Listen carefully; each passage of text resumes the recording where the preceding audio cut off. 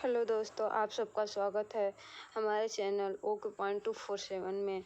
मैं आप लोगों के लिए भूगोल विषय के प्रकरण ग्लोब और मानचित्र का पाठ्य योजना लाई हूँ। तो चलिए एक ससरी नज़र से हम पूरी पाठ्य योजना को देख लेते हैं। ये हमारी पाठ्य योजना है। पाठ्य योजना है। पहली हेडिंग है सामान्य उद्देश्य, दूसरा विशिष्ट उद्देश्य, विशिष्ट उद्देश्य के बाद सहायक सामग्री, सहायक सामग्री के बाद पूर्व ज्ञान के बाद प्रस्तावना प्रश्न, उद्देश्य कथन के बाद हम पाठ को प्रस्तुतिकरण करेंगे, अर्थात पूरी पाठ को अपनी जो पाठ बनाए हैं उससे व्याख्या करेंगे। उसके बाद हम बच्चों से कुछ बोधात्मक प्रश्न पूछेंगे और अगली हेडिंग है पुनरावृत्ति प्रश्न। उसके बाद बच्चों का निरीक्षण कार्य करेंगे, फिर उन्हें घर के लिए कार्य देंगे। आइए दोस्तों, हम अब पाठ्य योजना को विस्तृत रूप में करते हैं। तो हमारी ये पाठ्य योजना स्टार्ट होगी। यह पहले हेडिंग डालेंगे पाठ्य योजना में पहला विद्यालय का नाम, आप जिस विद्यालय में पढ़ा रहे हो उस विद्यालय का नाम लिखेंगे। दिनांक, जिस दिनांक को आप पढ़ा रहे हो उस दिनांक का नाम। कक्षा, जिस कक्षा में आप पढ़ाएंगे उस कक्षा का नाम। वर्ग, जिस वर्ग में पढ़ाएंगे उस वर्ग का नाम। चक्र, जिस घंटी में आप पढ़ा रहे हो उस घंटी का नाम। अवधि, कितने मिनट की घंटी है आप उस घंटी का। फिर विषय, भूगोल विषय। प्रकरण, ग्लोब और मानचित्र। अब ये हमारी इस पाठ्य योजना का एक प्रकरण। अब अगली हेडिंग डाल लेंगे सामान्य उद्देश्य। अगली हेडिंग है सामान्य उद्देश्य में पहला है छात्रों में भौगोलिक तथ्यों का ज्ञान कराना। दूसरा, छात्रों में चिकित्सक और तर्क शक्ति का विकास उत्पन्न कराना। तीसरा, छात्रों में भूगोल विषय के प्रति रुचि एवं जिज्ञासा का विकास करना। चौथा है छात्रों में भौगोलिक परिस्थिति तथा तथ्यों का परिचय कराना। चौथा है छात्रों में भौगोलिक परिस्थिति तथा तथ्यों का परिचय करना। पांचवा है कार्यकरण संबंधित स्थापित करना। अगली हेडिंग है आपकी विशिष्ट उद्देश्य में पहला है छात्रों को ग्लोब और मानचित्र के लाभ का प्रत्यास्मरण कर सकेंगे। दूसरा, छात्र ग्लोब और मानचित्र का अंतर समझ इसकी व्याख्या कर सकेंगे। तीसरा, छात्रों में इसे समझने की जिज्ञासा उत्पन्न कराना। चौथा, छात्रों में अतिरिक्त जानकारी प्राप्त करने हेतु रुचि जागृत करना। पांचवा, छात्रों में मानचित्र बनाने व उसके संकेत को प्रदर्शित करने का कौशल उत्पन्न करना।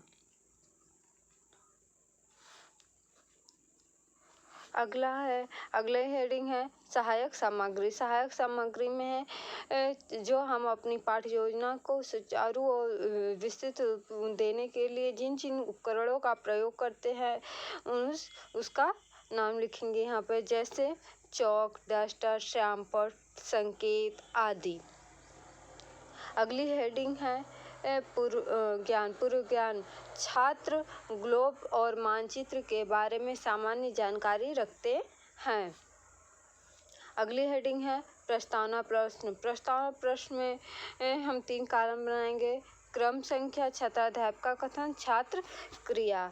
यहाँ पे जब हम एक कॉलम बना लेते हैं तो क्रम संख्या में जितने प्रश्न लिखते जाते हैं 1, 2, 3, 4 उतने लिखते जाते हैं। और छात्राध्यापक कथन में जितने हम बच्चों से प्रश्न पूछेंगे उस प्रश्न को लिखेंगे और छात्र क्रिया में बच्चे जो उत्तर देंगे उसे लिखेंगे। तो पहला प्रश्न है ऐसा कौन सा ग्रह है जिस पर जीवन संभव है? तो बच्चे उत्तर देंगे पृथ्वी।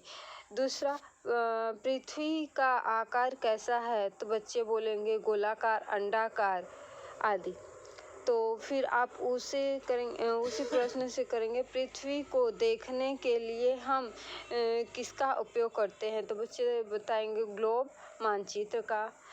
तो तो आप उन्हीं के उत्तर से आप फिर प्रश्न पूछेंगी। ग्लोब और मानचित्र के बारे में क्या जानते हो इससे के अलावा?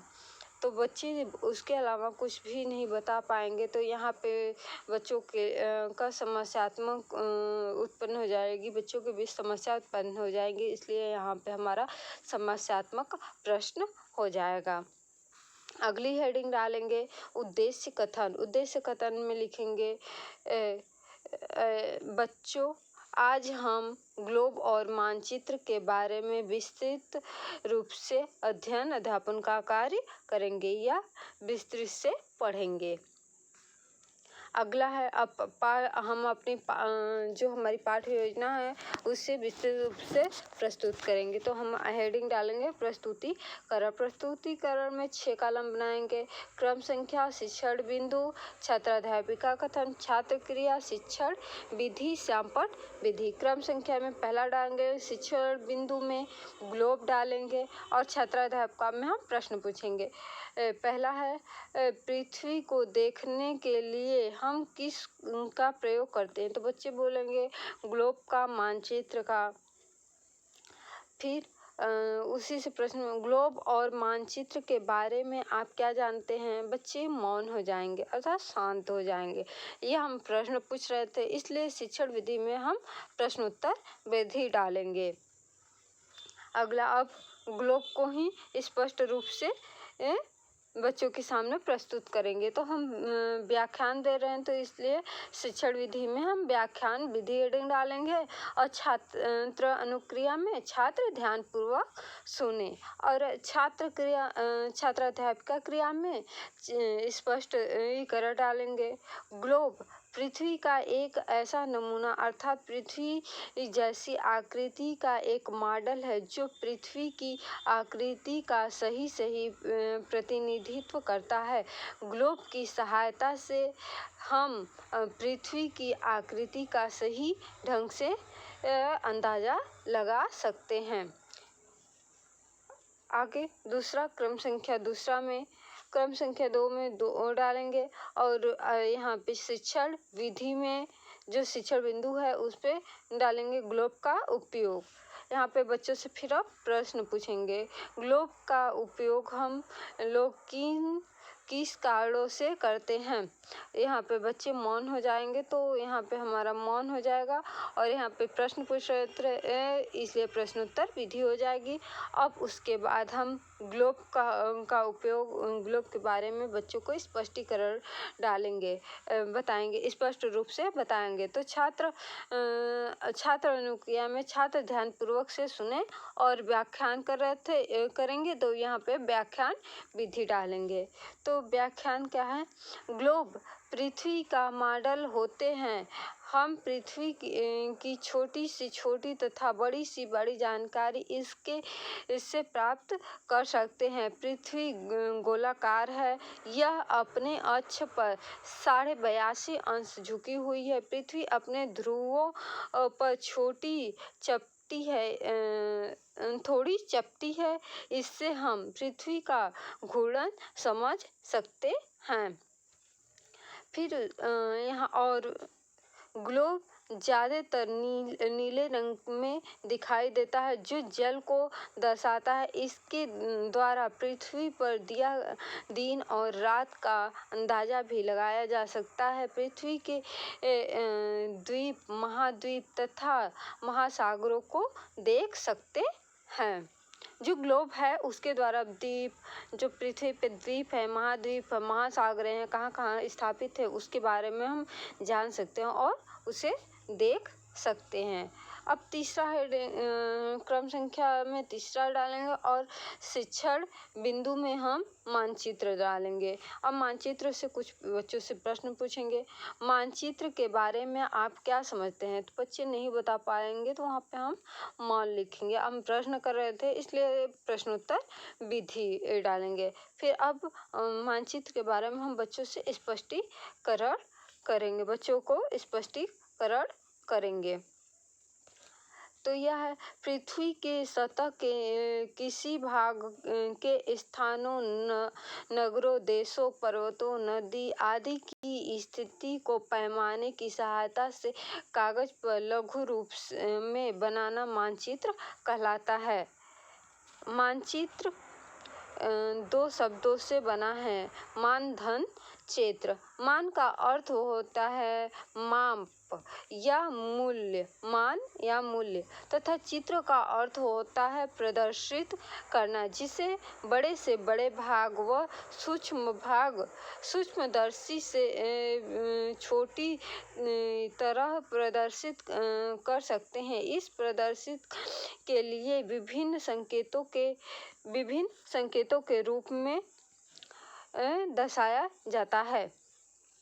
यहाँ पे जब हम मानचित्र की व्याख्या कर लेंगे तो शिक्षण छात्रा अध्यापिका तो व्याख्या कर चुकी है, और जैसे आप व्याख्या कर चुके हैं, और जो छात्र अनुक्रिया है इसमें हेडिंग लिखेंगे, छात्र ध्यान पूर्वक सुने। और व्याख्या कर रहे थे तो शिक्षण विधि में व्याख्यान विधि डालेंगे।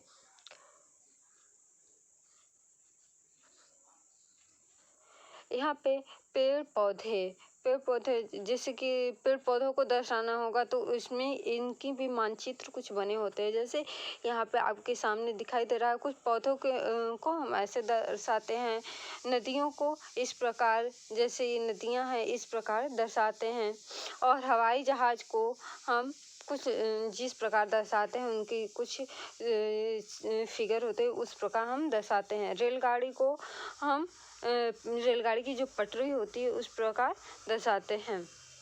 जब यह हमारे व्याख्या समाप्त हो जाती है, हमारी पाठ प्रस्तुति समाप्त हो जाती है, तो हम बच्चों से कुछ प्रश्न पूछते हैं। जैसे बोधात्मक प्रश्न में पहला है, मानचित्र के बारे में आप क्या जानते हैं? दूसरा प्रश्न है, ग्लोब का अर्थ क्या है? अब जब हमारे बोधात्मक प्रश्न समाप्त हो गया तो अगली हेडिंग है पुनरावृत्ति प्रश्न। पहला प्रश्न है पुनरावृत्ति प्रश्न में, ग्लोब किसे कहते हैं? दूसरा, मानचित्र का अर्थ क्या है? यहाँ पे फिर उसके बाद जब हमारा पुनरावृत्ति प्रश्न समाप्त हो जाता है तो अगली हेडिंग डालते हैं निरीक्षण कार्य। छात्राध्यापिका छात्रों को श्यामपट्ट कार्य करने के बाद को बोलकर पूरे कक्षा में घूम कर निरीक्षण कार्य करेंगी तथा साथ ही बच्चों की सहायता भी करेंगी। अगली हेडिंग है गृह कार्य। जब हमारी पाठ्य योजना पूरी समाप्त हो जाती है तो हम बच्चों को कुछ उन्हें कार्य करने के लिए गृह कार्य देते हैं। जैसे पहले इसमें लिखते हैं, भारत का मानचित्र बना करके उसके राज्यों को प्रदर्शित कीजिए। ये हमारी पाठ्य योजना है। हमारी पाठ्य योजना समाप्त हो गई। अगर हमारी पाठ्य योजना आपको अच्छी लगी हो तो हमारे चैनल को सब्सक्राइब करिए तथा लाइक करिए और बेल आइकन दबाइए, और नोटिफिकेशन में लिखकर बताइए कि आपको ये वीडियो कैसी लगी, तथा कमेंट करके बताइए कि आपको और किस प्रकार की वीडियो चाहिए। हम आप लोगों को उस प्रकार की वीडियो उपलब्ध कराएंगे। तब तक के लिए नमस्कार, गुड बाय, सत श्री अकाल।